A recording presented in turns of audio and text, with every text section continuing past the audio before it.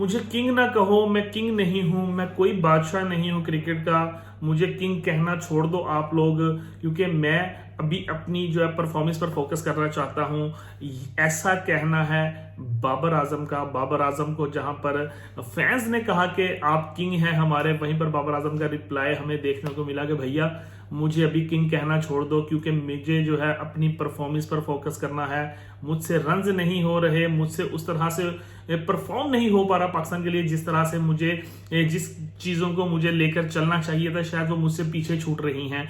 बहुत बड़ी बात कह दी बाबर आजम ने, जहां पर उन्होंने अपने आप को कहा कि जनाब मुझे किंग ना कहो। इसमें अगर आप इस जो फिक्रे की गहराई को देखें तो बहुत ही ज्यादा है। इसमें आपको नजर आएगा कि वो कितने अपने आप से जो है डिसहार्ट हैं, अपनी परफॉर्मेंस को लेकर बहुत कुछ करना चाहते हैं लेकिन शायद वो कर नहीं पा रहे हैं। अगर आप बाबर आजम की बात करते हैं परफॉर्मेंस को लेकर, तो जब से उनको कप्तानी से हटाया गया उसके बाद उनकी परफॉर्मेंस जो है वो गिरती जा रही है।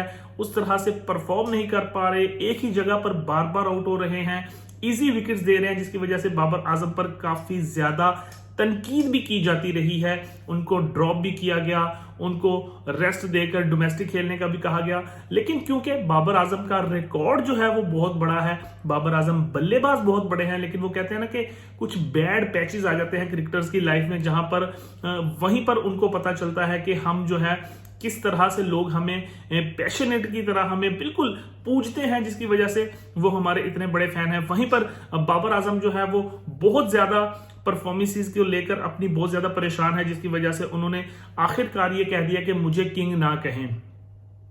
अब बात असल में यह है कि क्योंकि पाकिस्तान में, हिंदुस्तान में बाबर आजम और विराट कोहली का हमेशा से मुवाजना किया जाता रहा है। वहीं पर विराट कोहली की भी परफॉर्मेंस उसी तरह रही पिछले कुछ अरसे से।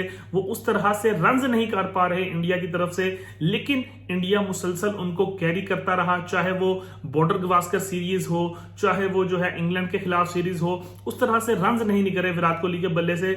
यही सेम जो कंडीशन है इस वक्त बाबर आजम की हुई है। उनको रेस्ट दिया गया, उनको ड्रॉप किया गया, लेकिन उसके बाद भी बाबर आजम के बल्ले से उस तरह रन्स नहीं निकले, क्योंकि अब चैंपियन ट्रॉफी पाकिस्तान होस्ट कर रहा है, पाकिस्तान के मैदानों में हो रही है, और उससे एन पहले ये ट्राई सीरीज नेशन जो है वो पाकिस्तान की तैयारी के लिए बहुत ही बड़ी सीरीज समझी जा रही थी। नो डाउट पाकिस्तान जो है वो फाइनल में पहुंच चुका है, लेकिन अगर आप इंडिविजुअली बाबर आजम की बात कर लेते हैं, बाबर आजम की परफॉर्मेंस को देख लेते हैं, तो बाबर आजम की परफॉर्मेंस बिल्कुल जो है अच्छी नहीं रही। बिल्कुल उनसे जो तवक्को की जा रही थी उस तरह से नहीं वो कर पाए।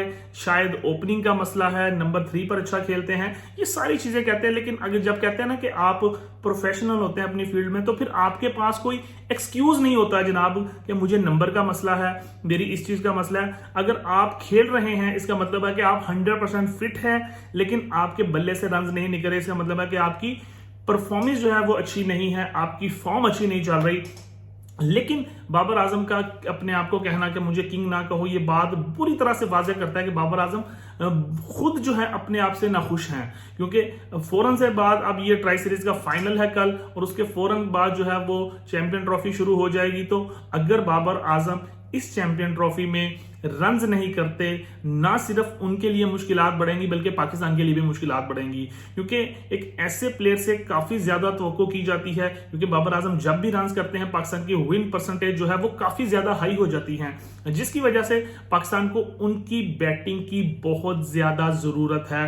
तो बाबर आजम खुद जो है वो इस बात को लेकर बहुत ज्यादा परेशान है कि किस तरह से इससे जान छुड़ाई जाए, किस तरह से बल्ले से रन्स निकले। तो देखते हैं कि बाबर आजम जो है अपने आप को किस तरह से इस मुश्किल से टैकल करते हैं, किस तरह से इस मुश्किल से बाहर निकलते हैं। हमारी तो दुआ है कि जनाब बाबर आजम के बल्ले से रन्स निकलें, वो पाकिस्तान के लिए कुछ करें। पाकिस्तान डिफेंडिंग चैंपियन है, पाकिस्तान जो है ये चैंपियन ट्रॉफी दोबारा से अपने नाम करे।